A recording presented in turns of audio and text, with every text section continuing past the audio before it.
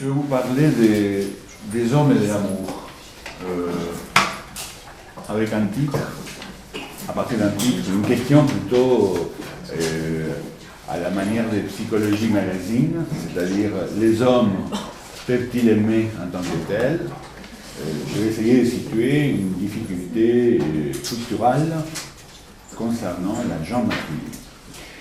Cette question nous amenait forcément à situer la place non seulement de l'amour, mais celle aussi du désir et de la jouissance pour l'homme, mais aussi à examiner, comme Isabelle Floch a voulu le faire avec cette journée, et je profite pour remercier Isabelle de cette invitation, quelle est la place de l'amour dans la civilisation actuelle, dans la civilisation d'aujourd'hui. On pourrait dire que l'amour est une question qui fait symptôme dans notre civilisation actuelle, civilisation qui est structurée, comme Lacan nous a indiqué, sous cette forme particulière qu'il formalise sous le discours du capitaliste. Il donne une forme formalisée, enfin, vraiment avec des mathèmes, il appelle les discours du capitaliste. Ceci dans les années 70, au début des années 70. Discours du capitaliste très particulier parce qu'à différence des quatre autres discours que Lacan formalise, les discours de l'hystérie, les discours de l'analyste, les discours du maître, les discours de l'universitaire, ces discours-ci ne présentent pas d'impossibilité et n'impliquent pas, comme chacun de ces autres quatre discours, une forme singulière du traitement de la jouissance. C'est-à-dire que les discours du capitalisme produisent, en plus de jouir. Mais encore, et de manière plus importante pour les sujets qui nous réunissent aujourd'hui, Jacques Lacan affirmait dans un petit livre qui est sorti au mois de septembre l'année dernière pour les 30 ans de sa mort, qui réunit ses conférences à Sainte-Anne qu'on connaissait sous le titre du savoir du psychanalyste, et le petit livre qui s'appelle donc Je parle au mur. Lacan dit que le capitalisme ne veut rien savoir des choses de l'amour et que le capitalisme suppose une forclusion, une verbe à fondre, avec le terme de Freud, un rejet de la castration. Je cite Lacan, tout ordre, tout discours qui s'apparente du capitalisme laisse de côté ce que nous appellerons simplement les choses de l'amour. Il ajoute qu'il a fallu 2 siècles pour qu'après ces glissements calvinistes, rappelant les célèbres liens que Max Weber établit entre l'éthique protestante et l'esprit du capitalisme, il a fallu donc 2 siècles pour que la castration fasse son entrée irruptive sous la forme du discours analytique. Glissement calviniste devenu aujourd'hui, jusque-là à la suite de Lacan, mais par rapport à ces glissements calvinistes, qui est devenu aujourd'hui mondial, global, globalisé, ce qui n'est pourtant pas sans expliquer que la psychanalyse, la vraie, ait eu autant de difficultés à s'implanter dans les pays où justement c'est l'éthique protestante, celle qui a permis les glissements dont parle Lacan, d'avoir lieu. Propos commun actuel, car la psychanalyse s'occupe justement de ce qui, dans les discours utilitaristes du capitalisme, ne sert strictement à rien, l'amour. Et pourtant, il est au centre de l'expérience de l'analyse avec les transferts. Au point qu'on peut dire, avec Lacan, que la psychanalyse a permis d'inventer un nouvel amour, ce nouvel amour que le jeune Rimbaud appelait décédé. Plus encore, je vois dans la petite avalanche d'ouvrages sur l'amour qui sont publiés depuis quelques années un symptôme de cette forclusion par les capitalismes des choses de l'amour. Un retour, non pas du refoulé, mais plutôt un retour dans le réel, signe du fait qu'aucun discours contemporain, même ceux les plus inspirés par Lacan et par la psychanalyse, a contourné l'expérience d'une analyse, tombe à côté de ce que la psychanalyse permet d'appréhender concernant l'amour. Je pense par exemple à l'entretien sur l'amour de Badiou, l'excellent Alain Badiou, qui nous parle dans ses entretiens de ce qu'il appelle l'amour sécuritaire. Cette contingence non prévue dans les rencontres qui sont fomentées par les sites des rencontres, mythiques et tout ça, qui s'occupe donc de connecter les gens à la recherche d'une expérience sexuelle, mais surtout pas de l'amour, et qui s'en protège, donnant raison de cette manière au génial Roland Barthes, qui déjà dans les années 70, dans un fragment d'un discours amoureux, nous indiquait à notre époque, et c'était encore dans les années 70, ce n'est plus le sexuel qui est indécent, c'est le sentimental.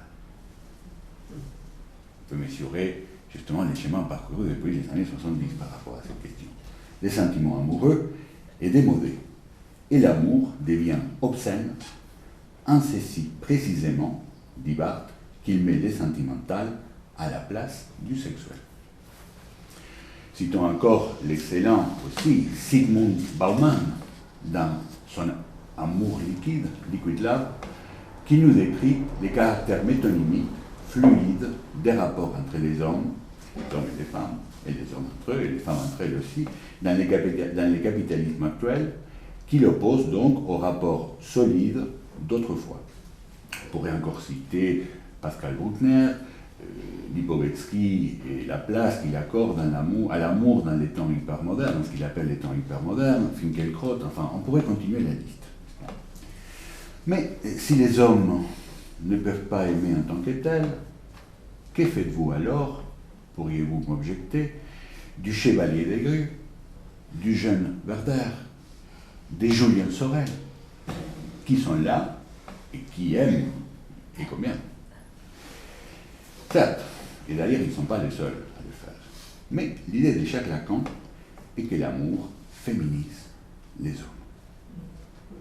Permettez-moi de rappeler aussi, pour éviter des malentendus, que l'homme dont il est question ici, dont je parle, et dont Lacan parle dans la dernière partie de son enseignement, dans les années, à partir des années 70, est celui qui est défini dans ses conditions de jouissance, dans son rapport au phallus, comme Isabelle a dit tout à l'heure, comme la femme d'ailleurs, quand Lacan parle de l'homme ou la femme, il s'agit justement de l'homme et la femme définis comme des modalités particulières de jouissance, et pas d'autre chose.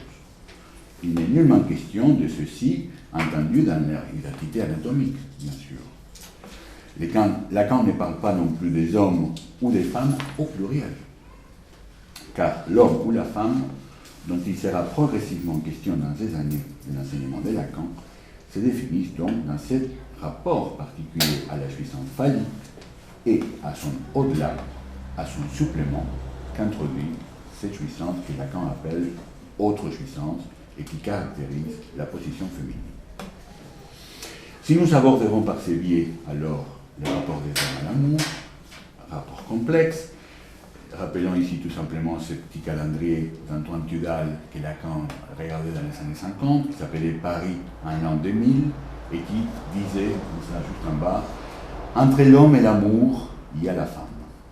Entre l'homme et la femme, il y a un monde. Entre l'homme et le monde, il y a un mur. Nous essayerons donc de donner que des coordonnées de structure, que nous essayerons de préciser, mais que le 1 par 1 de la clinique analytique permet de vérifier dans toute sa variété ses variations et ses solutions singulières. L'amour, n'est pas abordé de la même manière par Lacan dans ces séminaires des années 70 que dans ses premiers séminaires, dans les premières années de son enseignement. La formule célèbre, aimer, c'est donner ce qu'on n'a pas à quelqu'un qui n'en veut pas, qui correspond donc à la première partie de son enseignement, concerne l'offre phallique, présente dans ces circuits, dans la mesure où le phallus est le signifiant majeur du manque et de la castration.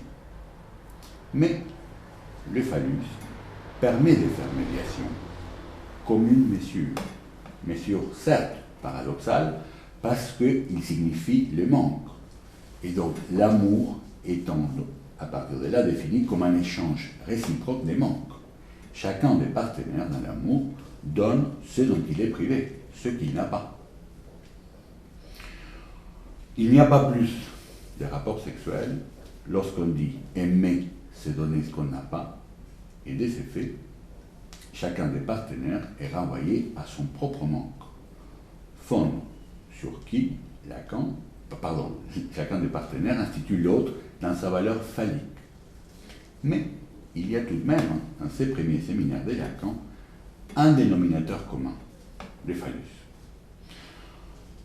Dans les années 70, l'illusion d'une médiation, ne serait-ce que phallique, n'était plus. L'amour, considéré par ses biais, a ainsi donc un autre statut que l'échange symbolique présent dans l'échange des manques, donner chacun à l'autre ce qu'il n'a pas, se priver de ce qu'il n'a pas. L'amour, considéré par ses biais, acquiert chez Lacan un autre statut que l'échange symbolique. L'amour occupe à la fin de l'enseignement de Lacan le statut de réel. Dans les noms du Père, par exemple, Lacan nous dit « L'amour, c'est demi-dire qui ne se recouvre pas. C'est ce qui en fait le caractère fatal. C'est la division irrémédiable.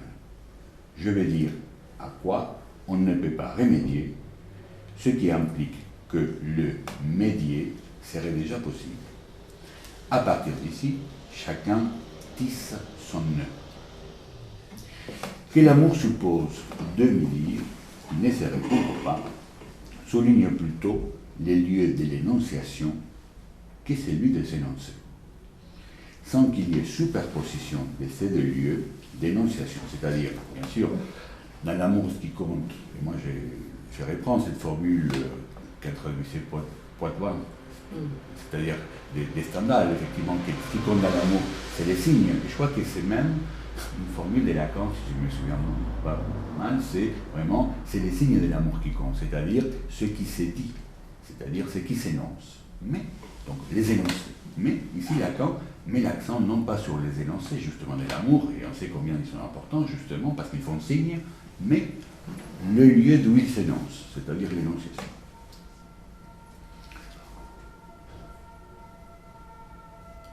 Aborder les choses par ces biais implique mettre l'accent sur l'énouage que l'amour permet, presque en rupture avec la médiation phallique, car celle-ci serait déjà un remède à l'irrémédiable division que l'absence des rapports sexuels impose. L'amour permet de suppléer aux rapports sexuels qui n'existent pas, et la suppléance en question fonctionne exactement de la même manière que le délire. Lorsqu'il vient suppléer, le délire vient suppléer à la forclusion du nom du Père dans la psychose. Ceci au-delà du malentendu de l'amour qui peut faire croire que les deux sujets parlent une même langue. La même la langue, nous pourrions dire avec Lacan, ce que Lacan n'a pas hésité à appeler d'ailleurs un délire à deux, le délire à deux du couple. Cela peut amener à interroger alors qu'est-ce qui permet que la rencontre s'efface, se produise, que les conditions d'amour d'un sujet permettent de remédier de manière contingente à l'impossible du non-rapport sexuel. La division entre les rapports à l'amour et le désir que l'homme et la femme entretiennent intervient ici, car les choses s'énoncent différemment de chaque côté des modalités de jouissance qui définissent chacune des positions. Comment entendre alors ces demi-dires qui ne se recouvrent pas? Dans son séminaire Récit, réel, symbolique, imaginaire, Lacan évoque la folie de l'amour qui fait supposer à l'amant que son partenaire détiendrait une vérité le concernant. Lacan décline cette croyance au partenaire entre deux positions différentes. La croire à sa femme et y croire. Croire à ce que sa femme dit, bien sûr les choses vues du côté de l'homme, ma femme dit ceci, ma femme dit cela, ce qui situerait l'homme dans une position d'assujettissement particulier par rapport au dire de sa femme, en faisant d'elle un autre, un autre, dans lequel il aliénerait son discours, avec la croyance qu'elle énonce des vérités le concernant. Donc, la croire, ou bien y croire, c'est-à-dire croire davantage à l'instance qu'elle occupe comme lieu d'énonciation qu'aux énoncés que sa femme profère. Lacan rapproche ces deux positions du rapport que les psychotiques entretiennent à ces hallucinations. Les psychotiques croient que les hallucinations disent quelque chose le concernant. Ils les croient. Mais aussi, il a la certitude que les voix s'adressent à lui, au-delà de ce qu'elles disent, et donc il y croit. Les deux positions se superposent chez les psychotiques. En ce qui concerne les sujets névrosés, il croit à son symptôme au début de l'analyse. Dit Lacan, il y croit pour pouvoir l'analyser, sans quoi il n'y aurait pas d'analyse possible. Mais aussi, les névrosés, il le croit. Il croit à la vérité, mais ça, je dirais plus tard dans l'analyse, une fois que l'analyse est engagée, il le croit, il croit à la vérité chiffrée dans son symptôme. Cette vérité, donc, le concerne.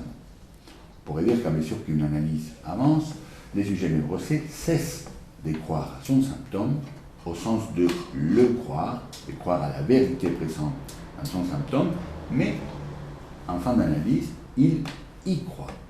C'est-à-dire, il croit que ces noyaux de jouissance vidés d'essence, ces trognons de réel que donc, les symptômes devenus symptômes, tels que Lacan l'écrit, c'est-à-dire TH, symptôme TH, selon l'ancienne écriture du symptôme d'ailleurs, eh bien, il devient à la fin de l'analyse justement quelque chose à laquelle il croit. Je vais passer à faire un petit, comment dire, à évoquer Marguerite Duras et un texte que j'aime beaucoup qui s'appelle La maladie de la mort. Parce que pourquoi cet intérêt? Parce que certains des personnages de Marguerite Duras semblent avertis de l'inexistence du rapport sexuel. Vous savez que Lacan a dit beaucoup de choses très élogieuses de Marguerite Duras. Il fait un hommage à Marguerite Duras. Il n'y a pas beaucoup d'auteurs, finalement, auxquels Lacan ait fait un hommage, ici. Et il disait qu'elle savait sans lui, ce qu'il savait sans Lacan, c'est que lui l'enseignait. Et que les psychanalystes, principe fondamental, n'est-ce pas, n'a pas à faire les psychologues là où l'artiste lui ferait la voix. C'est-à-dire que c'est toujours l'artiste qui dévance l'analyste par rapport à, je crois qu'il fait une référence à la civilisation, Lacan dans cet hommage à Marguerite Duras. Les personnages de Marguerite Duras nous parlent de la division irrémédiable qu'évoque Lacan dans les propos que je citais tout à l'heure. Duras, qui s'avère savoir sans moi ce que j'enseigne, disait Lacan, écrivait dans ses romans à partir de ces points de non-rencontre entre les sexes. Nous pourrions évoquer Hiroshima, mon amour, La Musica, ou encore Émilie, elle, où les personnages féminins souhaitent écrire l'histoire, non pas d'amour qu'elle vit avec son partenaire, mais ce qui a raté dans cette histoire. C'est-à-dire, contre l'insistance de son partenaire à ne pas le faire, elle souhaite écrire justement ce qui n'a pas marché, les non-rapports, ce qui a persisté de non-rapports dans leur histoire d'amour. Comme il le dit, l'homme en question, c'est à ce moment-là, quand ça sera écrit, que nous saurons s'il y a quelque chose à faire ou non avec ce qu'il y a eu, ou avec ce qu'il n'y a pas eu. L'histoire se déroule ainsi, dans les romans, avec celle du capitaine et Émilie, qui part en laissant un poème où il est question, de manière très lacanienne, des blessures provoquées par la perception de la différence dernière. Je cite Duras. La perception de la différence dernière, celle interne au centre des significations. Dans La maladie de la mort, la scène du 2 apparaît dans ce qu'elle pourrait avoir d'irréductible. C'est en tout cas les termes que Maurice Blanchot utilise pour la qualifier. Dans un style plus déclaratif que celui d'un récit décrit, la narratrice s'adresse à l'homme, avec vous, donc c'est comme Hiroshima, mon amour, il, elle, c'est vous, moi, dans les textes, qui interpelle ce qui pourrait advenir à celui qui serait tombé dans le filet d'un sort inexorable. Si le titre de la pièce, La maladie de la mort, résonne avec un texte de Kierkegaard, la maladie à la mort, et les sous-titres du titre de l'ouvrage de Kierkegaard est Guérir du désespoir, c'est bien autre chose que Duras décrit ici que l'angoisse qui peut aller jusqu'à la mort. Il s'agit dans cette pièce d'un homme qui loue pour quelques jours les services d'une femme, qui n'est pas une prostituée, pour essayer de l'aimer. L'homme dont on nous dit qu'il a toujours vécu en compagnie d'autres hommes et qui n'a connu que ça. Cet homme établit donc un contrat rémunéré pour l'aimer. La référence à la prostituée est évidente, sauf qu'il s'agit de l'amour. À la différence de la dame dans l'amour courtois, son corps à elle sera disponible sexuellement et ils auront des rapports sexuels, mais si elle est accessible, elle ne s'abandonnera jamais complètement et elle n'offrira que la partie d'elle-même concernée par les contrats en préservant une part de liberté inaliénable. On peut dire qu'elle n'est pas toute, elle ne sera pas toute à lui, elle lui donnera son corps, mais pas son âme, mais enfin bon. La référence à l'âme, bien sûr, est très connotée. Elle ne sera donc pas toute, d'une manière inversement symétrique à la dame dans l'amour courtois, qui, elle, disons, met son corps entre parenthèses, d'une certaine manière, de l'amour. Est-ce que cet homme est homosexuel? Il dit n'avoir jamais ni aimé ni désiré une femme dans la pièce, pas un seul instant. C'est à quoi elle réplique, c'est curieux à mort. Disons qu'en tout cas, il est homosexuel, avec des M, comme l'écrit Lacan, dans le sens de celui qui aime le même, l'un, l'hétéros étant pour Lacan celui qui aime les femmes. C'est celui que Lacan appelle dans son texte, qui s'appelle L'étourdi, le maladroit, c'est-à-dire celui qui ne sait pas faire avec cet élément autre qu'une femme représente pour un homme. Il y aurait beaucoup de choses à dire par rapport au fait que les rapports soient contractuels, non seulement d'un point de vue clinique, mais aussi historique. Rappelons l'attention que Lacan porte au contrat établi entre les pervers et son partenaire, fait qui avait été déjà souligné par Gilles Deleuze dans la préface de La Vénus à la fourrure de Sacher Masoch. Mais dans cette pièce, les acteurs établissent un contrat pour essayer d'aimer. Dans son commentaire de la pièce, Blanchot indique que dans une société mercantilisée, il peut y avoir un certain type de commerce entre les êtres, mais jamais une véritable communauté. La femme, dans la pièce, détient un savoir sur lui, au sens où, comme le disait Jorge Luis Borges, les femmes savent des choses sur les hommes qu'eux ignorent d'eux-mêmes. Elle, qui est comme une représentation absolue du féminin, comme le dit Blanchot, en ceci que l'homme que la pièce met en scène serait séparé pour toujours du féminin. Elle lui dit que d'abandonner cette habitude de pleurer sur lui-même, car il pleure, car s'il pleure, ce n'est pas de ne pas aimer, mais de ne pas vous imposer la mort, car votre mort a déjà commencé. Et donc, il ne pleure que sur lui-même. Alors, dit Duras, il va décliner l'histoire de l'enfant qu'il a été. Il va crier cette histoire. Elle sourit. Elle dit que cette histoire qu'elle a entendue et lue aussi beaucoup de fois, partout dans beaucoup de livres, elle refuse de l'écouter, car à travers cette histoire, il voudrait se justifier d'avoir trop aimé sa mère. C'est Duras qui dit ça. D'avoir trop aimé sa mère, de ne pouvoir l'aimer à nouveau de manière incestueuse en elle. Ce qui signifie qu'elle ne pourrait pas se limiter à être un substitut de la mère en dépassant toute spécificité qui la caractérise en tant que telle. Tout ça, c'est Duras. Mais aussi, la référence à l'enfant indique que pour Duras, il n'y aurait qu'en tant qu'enfant qu'un homme peut aimer une femme. Quand une femme rencontre un homme, que veut-elle? Son désir est d'en rencontrer au moins un homme qui sache lui parler, là où le phallus ne répond pas.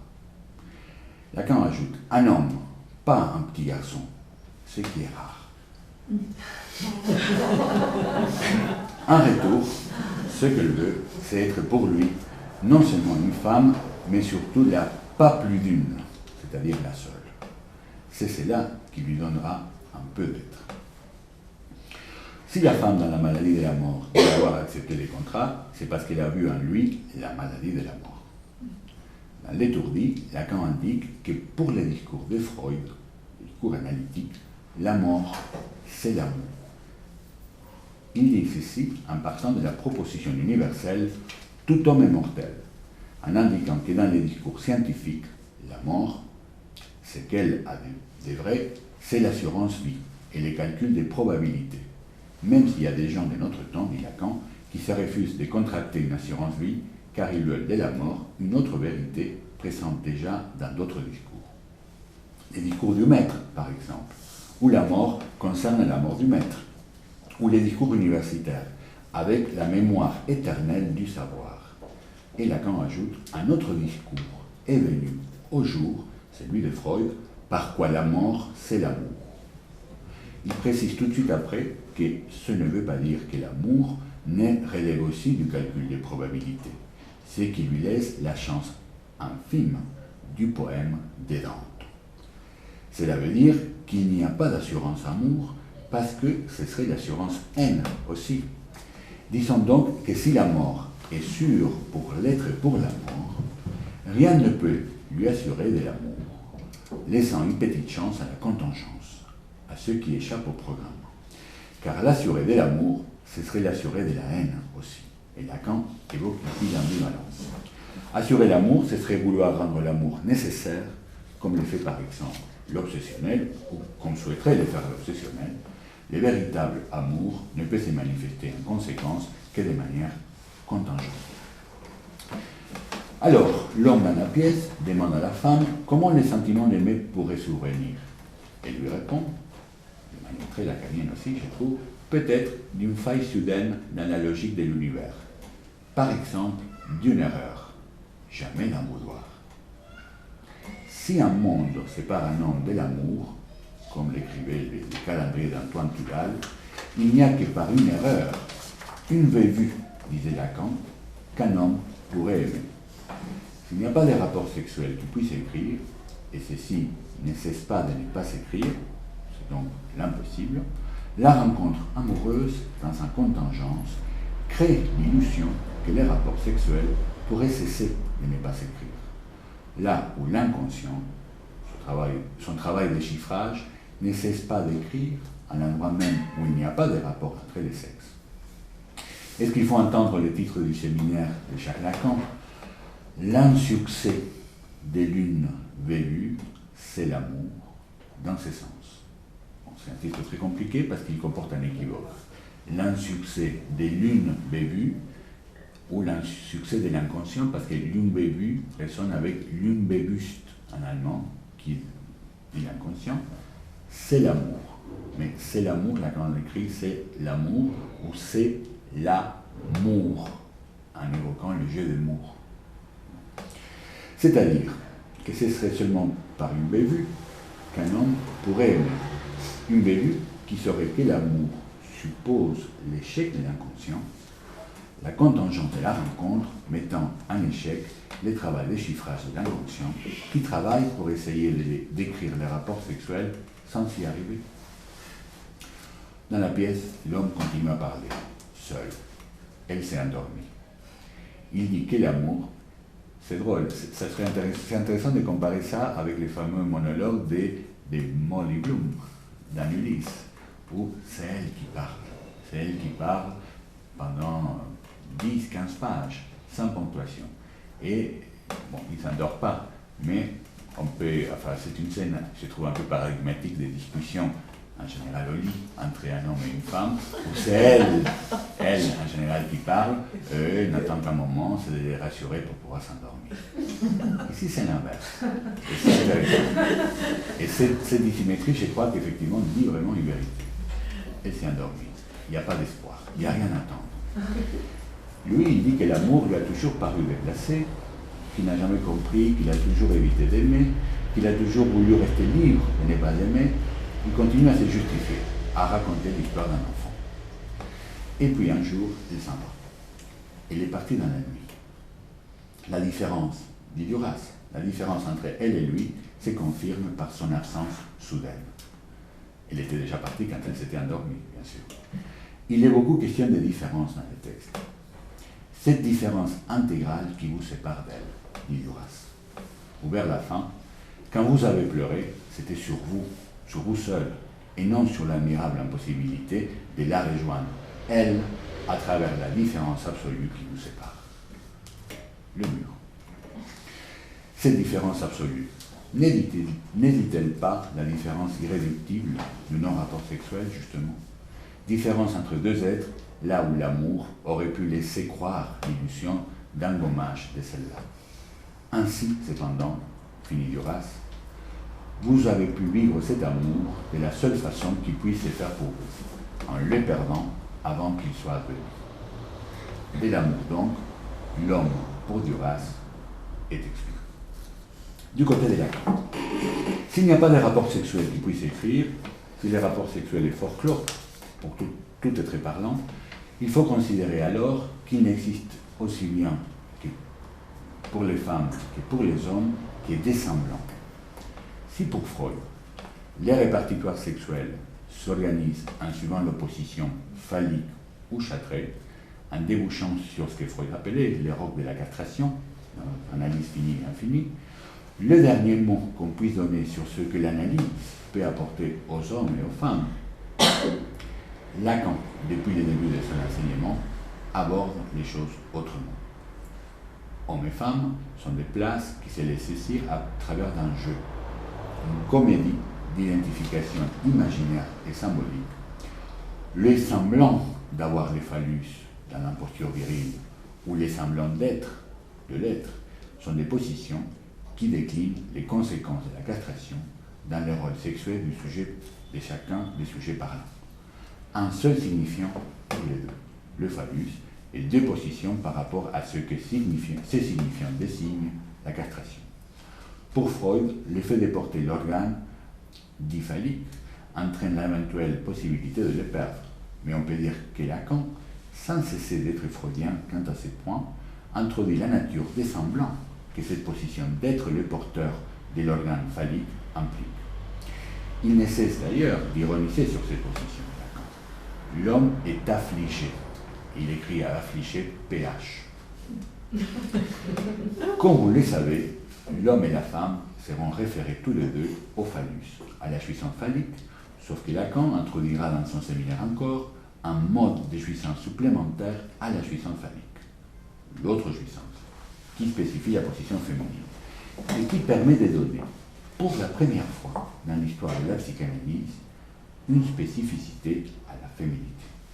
Je vais prendre donc le débat de tout à l'heure. Contre toutes les Hélène Deutsch, les Karen Horney, Lou Andrea Salomé, ou encore les féministes des années 70, les meilleurs, comme Luce Irigaray, qui en revendiquant une jouissance spécifiquement féminine, retombait à chaque fois dans les phallicismes contestés, même si Luce Irigaray, comme vous le savez, cherchait à faire de la féminité justement une féminité toute non accrochée au phallus, donc du coup, pas toutes, mais toutes. Bon, effectivement, elle tombait complètement de l'autre côté, disons. Irigaray. C'est Lacan, le seul et vrai féministe dans ces débats. Ces semblants d'hommes, alors, ont certainement aussi des variations selon les époques et les discours en valeur. Prenons simplement comme manifestation de ces faits la bibliothèque entière des livres de self-aid, de développement personnel, de sociologie ou d'anthropologie, encore aussi de philosophie, qui nous expliquent depuis quelques années ce que c'est que l'homme aujourd'hui, quels sont ses semblants, et c'est comme si notre époque finalement ne savait plus ce que c'est qu'un homme. La question ne se serait jamais posée au XIXe siècle, par exemple, où on savait, où on faisait semblant de les croire, en tout cas, ce que c'est qu'un homme. Aujourd'hui, il existe une branche des gender studies, des études sur les genres, qui s'intéresse aux études sur l'homme exactement de la même manière comme il y avait il y a quelques années des women studies, des études sur la femme. L'homme semble être redevenu un mystère. Dans les quatrièmes de couverture d'un livre assez drôle qui s'appelle L'homme expliqué aux femmes de Vincent Cespedes, il est dit que peut-être ce soit l'homme qui qui soit devenu le continent noir de la sexualité du XXIe siècle. Sans exagérer, et sans aller jusqu'à l'exagération, on peut se demander de quoi cette étrange existence de groupes d'hommes qui se réunissent pour réaffirmer leur virilité, ou les écoles pour pères, Boulevard Voltaire, juste à côté, n'est-ce pas, sont-elles des symptômes? Ça existe. Kojève, le génial Kojève, dans un article sensationnel qui s'appelle « Le dernier monde nouveau », parlait d'un monde privé d'hommes, dont Napoléon, Sade et Hegel auraient été les annonciateurs. Monde nouveau qui trouvait dans les personnages des romans de François Sagan, c'est à propos de Bonjour Tristesse qu'il avait écrit cet article, et dans les figures de Hemingway, Monterland et Malraux, ce monde trouvait dans ces hommes-là ses derniers représentants.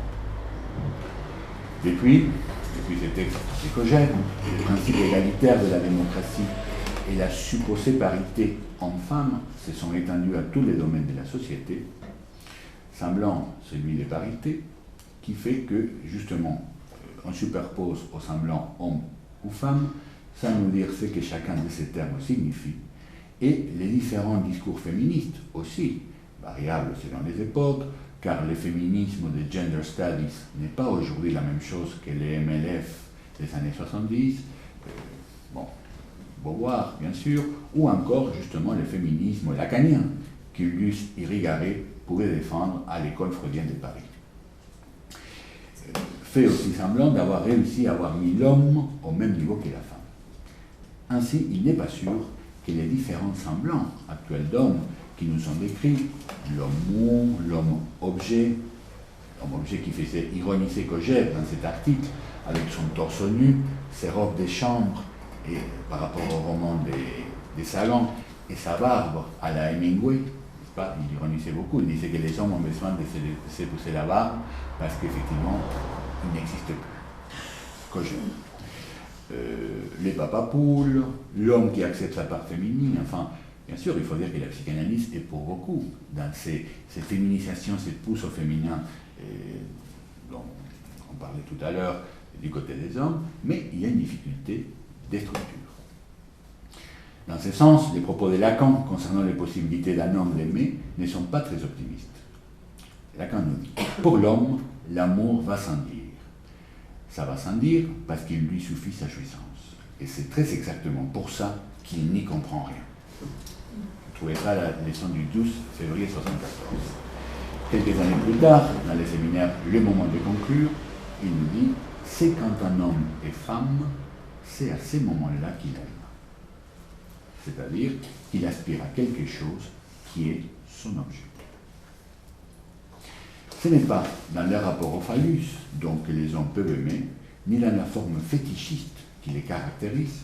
Souvenez-vous, si vous avez pratiqué un peu Lacan, que Lacan définit la forme fétichiste de l'amour dans les propos directifs, pour un congrès sur la sexualité féminine, dans le rapport du sujet à un objet plus de jouir, en opposant cette forme fétichiste de l'amour masculine à la forme érotomaniaque qu'il donne aux femmes, c'est-à-dire l'homme fétichiste, la femme érotomane. C'est moins poétique que Stendhal. Je suis désolé. Mais ça participe quand même à la physiologie de l'amour, justement, que souhaitait faire Stendhal. La psychanalyse s'inscrit complètement là-dedans. Si c'est en tant que femme qu'ils aiment, les hommes, c'est parce que l'amour viendrait alors obturer les manques dans l'autre, comme dans les côtés féminins du tableau de la sexuation que Lacan introduit dans son séminaire encore. Ce serait donc un amour qui aurait donc sa place à côté du fantasme, qui lui permet d'articuler le désir d'un homme. Car dans cette référence de Lacan que j'indique, il est dit que c'est en tant qu'homme qu'il désire, en tant que femme qu'il aime, mais en tant qu'homme qu'il désire. Une voie n'étant pas incompatible avec l'autre. Surtout car il peut désirer à partir de la prémisse phallique et aimer en même temps, selon une autre logique. Il peut aimer les pères aussi, ou ses représentants, ou encore une autre femme, celle-ci idéalisée. Rappelons pour cela la position de l'homme au rat de Freud, en ce qui concernait la femme riche, la femme de l'amour, car elle renvoyait au choix qu'avait fait son père. Donc l'amour opère derrière la femme, et la femme pauvre, celle du désir. Même s'il peut bien sûr arriver que ce soit la femme pauvre ou la femme aimée, les traits de pauvreté venant désigner pour un homme sa castration à elle, c'est-à-dire ce qu'il aime. C'est une des raisons qui faisait affirmer à Freud que lorsque les hommes aiment, ils ne désirent pas, et lorsqu'ils désirent, ils ne peuvent pas aimer. Vous voyez l'opposition avec Lacan, justement. Bon. Enfin, il dit que, en même temps, c'est une opposition apparente, parce que justement Lacan dit que les deux sont possibles, mais en étant justement dans un rôle différent. Bon. L'amour féminise les hommes, bien que la demande d'amour qui caractérise la vie amoureuse des femmes, demande d'amour qui est une demande qui permet de trouver un complément d'être, est presque inexistante chez les hommes. Et lorsqu'elle est là, c'est plutôt la figure de la mère qui apparaît comme lieu d'adresse. Il y a là aussi un fait de structure qui révélait beaucoup la nécessité logique de l'amour chez les hommes.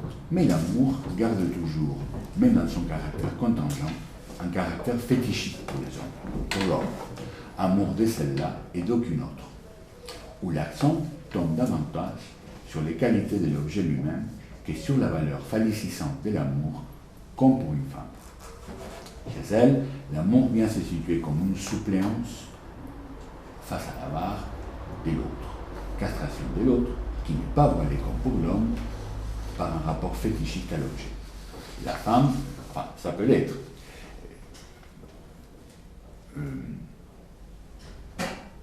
La femme étant dans la castration comme poisson dans l'eau, comme le dit Lacan. Simone Weil, la philosophe dont on parlait tout à l'heure, qui n'était pas vraiment mystique, mais qui avait une sensibilité proche des mystiques et de la théologie négative, situe assez bien cet amour dans son versant féminin, dans la pesanteur et la grâce, visant justement les signifiants du monde à l'autre. Elle nous dit: celui qu'il faut aimer est absent, car rien de ce qui existe n'est vraiment digne d'amour. Il faut donc aimer ce qui n'existe pas. En ce sens, je suis tout à fait sûr que mon amour n'est pas illusoire. Je crois que Simone Weil nous décrit là justement autre chose que l'imaginaire de l'amour dont Poilevin a parlé tout à l'heure par rapport à Stendhal. C'est-à-dire que ce n'est pas l'objet de l'amour. C'est l'objet de l'amour qui est trompeur, mais ce n'est pas l'amour lui-même qui est trompeur. C'est un fait fondamental qui situe justement l'amour, non pas dans les registres imaginaires, mais justement dans ses statuts de réel. L'amour ne trompe pas en tant que tel, il trompe par rapport à l'objet. L'être enfer ne montre pas autre chose. C'est pour ça que Lacan s'intéressait d'ailleurs justement au mystique, parce que justement, il disait autre chose que les hommes de littérature, que les écrivains sur l'amour. Cet amour réel, je trouve aussi, limite la physiologie de l'amour, déclinée seulement dans son versant imaginaire que Poitevin nous décrivait tout à l'heure. Dans les séminaires sur l'acte analytique, Lacan aborde les rapports entre l'amour et le désir du côté d'un paradoxe. Vous savez que les paradoxes, pour la psychanalyse, sont souvent une manière d'articuler un réel infranchissable, une limite, qui résiste au symbolique. Lacan dit donc que les hommes croient désirer là où véritablement ils aiment, car l'objet en question, c'est la mer. Mais comme accéder à la mer, où un des objets de la série édipienne serait incestueux, il doit pour cela la rabaisser et aborder donc un objet partiel. C'est un peu drôle dans les séminaires parce que Lacan fait une sorte d'explication comme ça de Freud, enfin bon, comme si on ne saurait pas ces choses-là. Bon, il reprend ça de manière un peu ironique. Donc, rabaisser et aborder l'objet partiel, fragmentaire de son corps, l'objet de la condition érotique, comme disait Freud, alors qu'en vérité, ces stratagèmes lui permettent de contourner l'inceste et donc de ne pas s'apercevoir que derrière l'objet du désir se profile l'objet de l'amour. De même, ajoute Lacan pour les femmes. Aimer leur permet d'articuler un désir et lorsqu'elles croient aimer, en fait, elles désirent. La dialectique du désir qu'introduit les mouvements de l'Édipe freudien suit ces mouvements.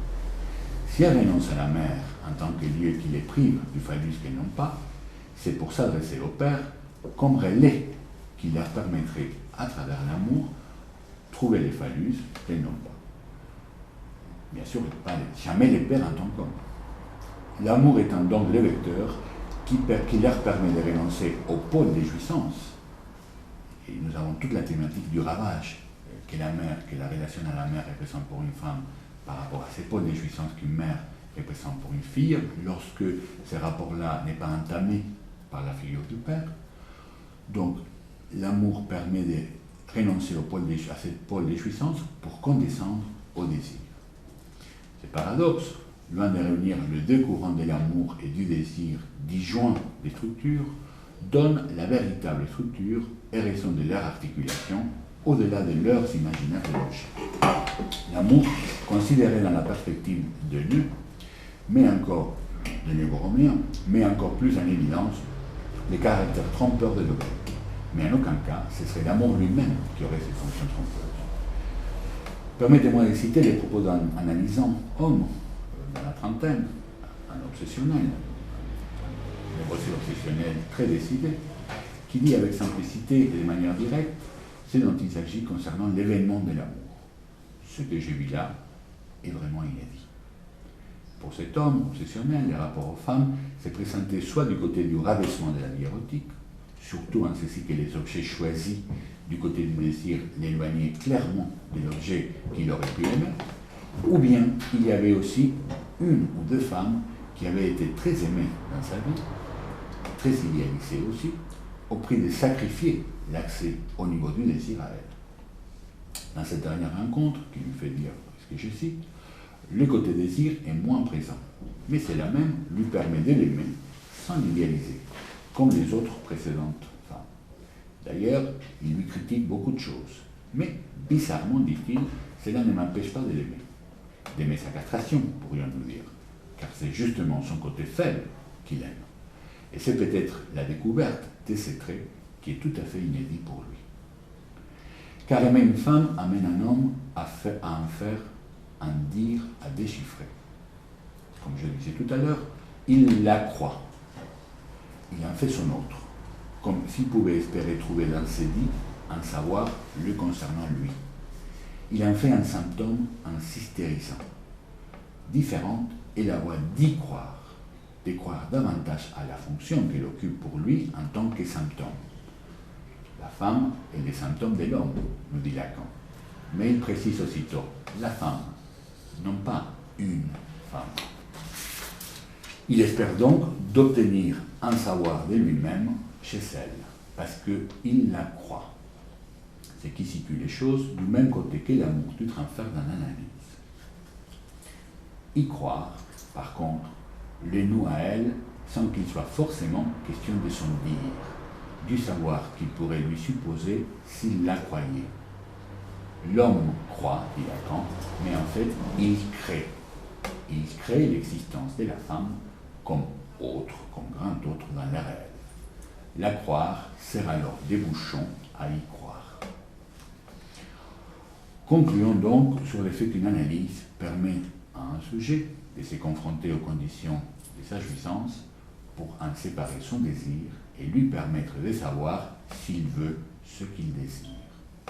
Dans certains cas, on peut constater un nouveau rapport à l'amour, un rapport inédit, comme le dit en analysant, un rapport plus dégagé de l'objet qu'il obturait auparavant, l'objet du fantasme, d'où se soutient son désir. Dans un lettre aux Italiens, Lacan invoque d'agrandir les ressources grâce à quoi ces fâcheux rapports sexuels on parviendrait à s'en passer pour rendre l'amour plus digne que les foisonnements de bavardage qu'il constitue à ces jours. Rendre l'amour plus digne. Admirons la beauté de la formule.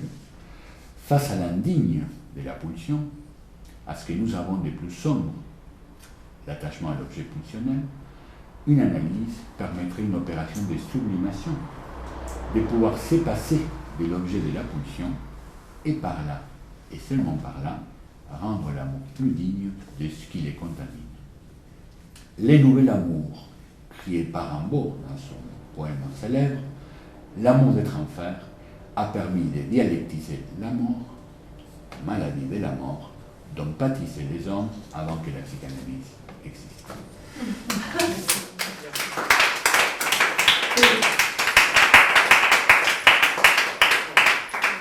Moi, il y a une image que tu as donnée à une scène que je trouve, que j'ai envie de reprendre, parce que je la trouve tellement juste, et ça reprend ce que disait Jean-Jacques Moscovitz à la première journée sur l'amour, qui était une femme demande du silence. Je ne sais pas si vous vous en souvenez pour les personnes présentes. Ce que veut une femme, c'est du silence en quelque sorte. Et on retrouve cette femme qui parle au lit pendant que son partenaire tente de trouver le sommeil. Donc ça, c'est tout à fait parlant. Et que le seul souci, c'est de l'apaiser. Et je pensais quand même que la scène du transfert était un petit peu comme ça. C'est-à-dire qu'une femme parle, ça parle une femme. Hein, et qu'à côté, pour l'homme, tout va bien. Ça va, chérie, c'est bon, ça suffit. Et c'est une scène qui se répète, qui parle beaucoup. Hein, c'est très parlant cette scène-là. Y compris quand on est femme, évidemment, ça parle aux hommes, mais ça parle aux femmes aussi. Et c'est surtout cette image, enfin, cette scénette qui m'inspire pour reprendre ton exposé, pour en dire quelque chose, parce qu'il me semble que dans cette histoire-là, on a beaucoup de choses à dire. Enfin, ça illustre la différence. C'est que finalement, l'homme, ça lui suffit son objet. Il l'a à côté de lui, il l'a à portée de main, on va dire. Ah oui. Bon. Voilà, c'est bien pour ça que, passé un certain âge, j'allais dire, les hommes, vous en trouvez très peu sur le marché parce qu'ils ont tous leur objet. Bon. Mais c'est vrai, vous remarquerez qu'il y a beaucoup plus de femmes seules que d'hommes seuls. Bon. Parce que, en fait, c'est très facile, même si c'est souvent les femmes qui parlent d'ailleurs, en général, quand il y a une rupture après un long temps de vie commune, très peu souvent les hommes, on remarquerait ça aussi, hein, c'est qu'on ne lâche pas, les hommes ne lâchent pas, ils sont bien, tout va bien, même quand il n'y a plus rien du tout, non, chez lui tout va bien. Bon. Voilà. Mais bien sûr, 6 mois après, c'est à peu près ça le laps de temps, ça va très vite. Passe d'une planche à l'autre comme ça, c'est très rapide. Pour une femme, c'est beaucoup plus compliqué. Parce que pour l'homme, et d'ailleurs, les débuts d'analyse, hein, c'est souvent des hommes qui sont en perte d'objet momentanée, et que ça remet en question. Et ils viennent parce que justement, il y a un trou là, ils n'ont plus leur objet, donc ils viennent parler. C'est ça qui est intéressant, je trouve, c'est que tout d'un coup, quelque chose les rend décomplétés, si vous voulez, il n'y a plus leur objet, et du coup, ça les pousse à la parole. Donc, c'est ça que je trouve intéressant, c'est que pour une femme, la présence de l'homme à ses côtés ne suffit pas du tout. Hein. C'est-à-dire que justement, elle est au-delà. C'est-à-dire que ce qu'elle cherche, c'est bien au-delà de la présence. Hein. De la présence, voilà, c'est ce que m'inspire cette scène dont tu parles. Et quand tu dis que pour un homme, sa jouissance lui suffit, justement, hein, c'est que, voilà, et que l'amour, c'est pas vraiment sa question. Bon, on est, je pense, dans cette histoire de femme au lit avec l'homme, avec son homme à côté, c'est ça, c'est que tout va bien, qu'est-ce que tu...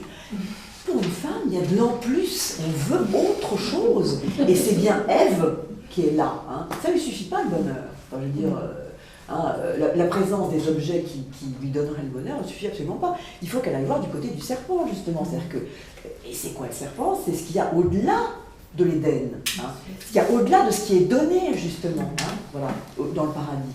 Et que, qu'est-ce que c'est le serpent? C'est le savoir, justement, c'est ce que ça va symboliser, c'est-à-dire que c'est ce qui n'est pas donné, hein, c'est ce qui est à conquérir, c'est ce qui est interdit justement, hein, et c'est bien ça qui va intéresser Ève, je trouve, hein, c'est vraiment ce qui est d'au-delà, au-delà du donné, au-delà du paradis, et qui va faire sa curiosité, hein, la fameuse curiosité féminine. Voilà.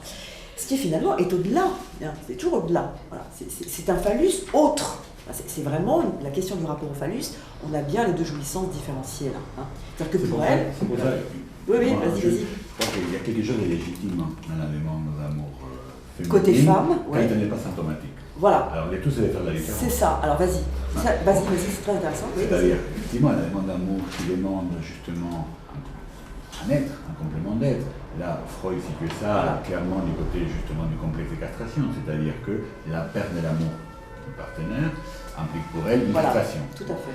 Et donc effectivement, il y a quelque chose à travailler dans l'analyse pour pouvoir arriver à un point, je dirais, d'irréductible, mais pressant dans la demande d'amour, qui implique son existence. Le fait qu'effectivement, un homme un partenaire puisse reconnaître ce qu'elle a de singulier comme être parlant. Absolument. Alors que les hommes, en général, s'endorment, justement. C'est ça. Parce que leur être, pour eux, c'est sûr. Parce que leur être, c'est la jouissance, et donc c'est les fétiches qui les intéressent, c'est les absolument. corps de la femme qui les intéressent. Et ils sont nommés dans le symbolique. C'est ça, je pense, le point aussi. C'est que pour eux, la question de l'amour, ils ne la demandent pas. Enfin, je veux dire, ils ne sont pas en demande de ça parce que ça ne fonde pas leur être. C'est pour ça que je pense que pour un homme, c'est si difficile de pouvoir entendre qu'il y a quelque chose, le monde est légitime dans cette demande, qui fait le propre du féminin aussi, finalement. Oui, Alès Pascal et Véronique Jean. Oui.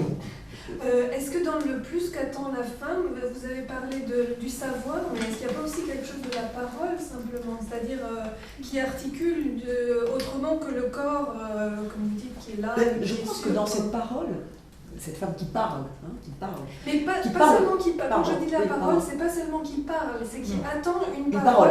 Oui, mais je pense que oui, mais elle attend en parlant. C'est-à-dire que quand elle parle, elle appelle. C'est une façon de faire, mais voilà, on n'est pas une façon d'appeler. obligé d'être qu'il en sache quelque chose. C'est-à-dire que quand elle parle, on peut dire aussi qu'elle empêche parfois l'homme de parler. L'exemple, c'est un homme qui parle, qui trouve les mots, chose à laquelle justement les hommes sont si sourds finalement. C'est que justement la sexualité pour une femme, c'est aussi question des paroles. Des paroles. Alors que lui, il veut jouir. Oui, voilà. Et elle veut se parler. En quelque sorte, et que la parole, faire parole, c'est faire du phallique, c'est faire du, qui n'est pas que du corps en fait, qu'il n'y ait pas que du corps, voilà, et qu'il y ait de la parole, qu'il y ait un peu d'enrobage dans tout ça. Je pense que la parole a cette fonction. Parce que ça articule les choses différemment que le corps, ça articule plus dans le désir et dans quelque chose où il y a du partiel. Oui, exactement. C'est la question du partiel et d'une jouissance partielle côté homme et d'une autre jouissance côté femme, bien sûr. D'ailleurs, je pensais à Scheherazade qui vient blablabla, qui vient raconter une histoire pour sauver sa peau. Hein.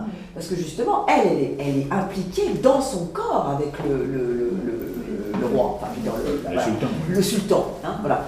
Et que elle, dans l'histoire de Scheherazade, ça dit une vérité profonde finalement, c'est que tant qu'elle parle, eh bien, elle n'y passe pas. Elle ne passe pas la casserole, si vous voulez. Ah, oui. Ça me fait penser à ça, c'est que. Voilà.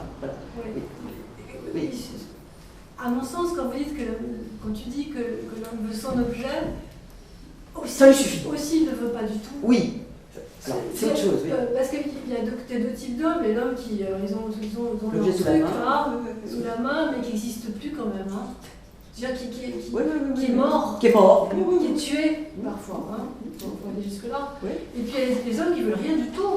Et de cette manière, ça revient au même. Ouais. C'est-à-dire que l'homme qui ne veut pas du tout d'objet, mais très vite, si on entre en dialogue, le risque, c'est que cette volonté de tuer l'autre, elle apparaisse quand même. Oui. C'est ça le risque. Mais alors, il y a quelque chose que tu pointes là qui est tout à fait important, c'est que, et c'est Fabien, je pense, qui soulevait aussi cette question-là, c'est la question du corps, c'est-à-dire du corps maternel, qui est impliqué dans l'amour côté homme. Voilà. Parce qu'en fait, une femme change d'objet. C'est ça la question. C'est qu'une femme passe de sa mère à un homme. Un homme passe de sa mère à une femme. Il n'y a pas de changement d'objet pour un homme, fondamentalement. Donc il est pris, il est embringué dans l'amour, encombré par un corps, qui est quand même, dans ce qu'il désire, le corps maternel, pulsionnel, qu'il retrouve dans le corps d'une femme. Qui est déjà là. Et qui est incestueux. Non mais, Pascal, qui est déjà là, et donc incestueux. Attention. Donc il faut extraire de la partenaire, et c'est tout l'enjeu. C'est ça, c'est pas sûr, c'est une très grande question. Il faut pouvoir extraire de sa partenaire, en fait, voilà, grâce au ravalement. Le ravalement est un moyen, comme un autre, d'arriver à extraire le corps d'une femme de la mère et d'en jouir érotiquement, de pouvoir en jouir érotiquement. C'est une affaire compliquée parce que et du coup le ravalement a cette fonction, c'est-à-dire qu'on putifie. Le ravalement. Ravaler une femme. Mais oui, on fait du corps féminin, on le putifie, c'est-à-dire que c'est une façon d'en faire un objet fétiche avec qui on peut avoir un rapport sexuel, puisque soi-disant la mère serait plus dans le coup. Bon, ouais. Mais on voit bien qu'elle est dans le coup, puisqu'il faut en passer par cette opération de ravalement. D'accord? Bon. Mais on se sent comme ça. Enfin, l'homme peut se sentir comme ça. Hein, voilà. Pour une femme, je pense que la question, si tu en es d'accord, c'est justement de régler son compte au père qui est pris dans l'homme. Voilà. D'accord? Bon. Donc, du coup, il y a quelque chose là qui questionne une femme dans pouvoir s'autoriser un rapport, son désir avec un homme, hein, où son père est pris aussi. Il y a du père aussi pour elle, hein, du côté homme. Mais du coup, c'est ça aussi. C'est pas ça ne pose pas le même problème. Une Ça ne pose pas le même formule que problème. j'aime beaucoup. Hein. On est du côté du meurtre aussi chez une femme. C'est-à-dire qu'une femme doit faire la peau du père, c'est bien pour Freud décrivait ça très bien, en disant que pour une femme quitter le premier homme avec qui elle avait fait des enfants, hein, parce qu'en général il y en avait deux, il y avait un avec qui elle s'installait pour faire des enfants, et puis on le quittait pour passer au deuxième avec qui elles peuvent jouir. Hein, voilà. C'est très intéressant, c'est-à-dire que tout d'un coup, on passe du père qui était pris dans la maternité pour elle forcément, puisqu'elle faisait des enfants, donc il y avait du coup une surimpression dans son couple entre l'homme de son désir qui devenait père, donc ça faisait du père. Hein. D'ailleurs, le problème commence là, hein. C'est que quand il y a une surimpression, quand le mari se couple avec le rôle du père, tout d'un coup, ça refait du père pour elle. Hein, voilà. Et du coup, il y a un problème avec la sexualité, très souvent. Hein. Très souvent, il y a un symptôme avec ça. Voilà. Et donc, elle changeait d'homme. Et avec le second, il n'était plus question de faire des enfants. Donc, on pouvait jouir. Hein, voilà. C'est toujours pareil. C'est intéressant. C'est vraiment une question. Il y a une autre chose. Non, par rapport à ces rabaissements de la vie rabaissements, érotique, c'est ce qu'il faut appeler les rabaissements de la vie érotique, c'est-à-dire la disjonction entre l'amour et le désir. Moi, j'aime beaucoup ce que Lacan dit dans la signification du phallus, c'est-à-dire que l'homme est infidèle parce qu'effectivement, il désire toujours ailleurs, là où il aime. Si l'amour envoie la main, et donc le désir, c'est toujours un objet qui doit être fétichisé et donc un peu divergent par rapport à l'amour.